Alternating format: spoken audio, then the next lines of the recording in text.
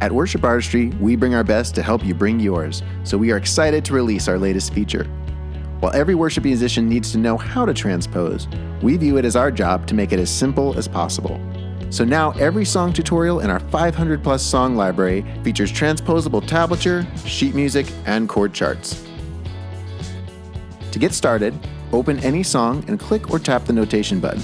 You can choose individual sections or select View All. For tablature, you can customize your views to show tabs alone, tabs with chord names when appropriate, or tabs with full notation.